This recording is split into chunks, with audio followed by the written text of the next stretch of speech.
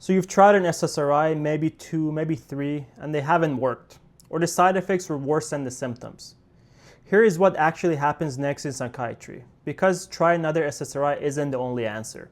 There are 4 directions a good provider considers. First, switch classes entirely. If serotonin-based medications haven't worked or made things worse, that's a signal your brain might respond better to something that works on a different neurotransmitter. Second, augmentation. Adding a second medication to the one you're already on to cover a system that's not reaching.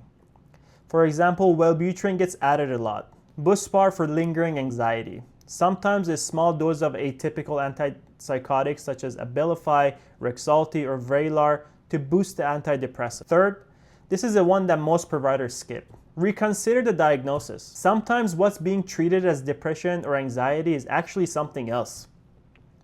Undiagnosed ADHD, bipolar spectrum, trauma, a hormonal piece like thyroid, premenopause, or PMDD.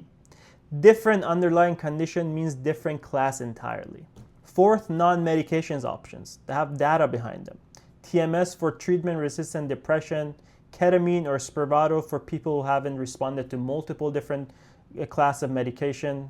These aren't fringe anymore. They're mainstream when the standard playbook hasn't worked. Now, with all of that, your provider is still weighing other factors. Your other medical conditions, insurance, cost. Like I always say, it's not just about picking one from the menu. There's a whole clinical picture behind every choice. Bottom line, if SSRIs haven't worked for you, that's not the end of the road. It's a signal to zoom out with the provider who's willing to look at the bigger picture instead of just handing you another medication. Comment if you want me to break any of these down one by one.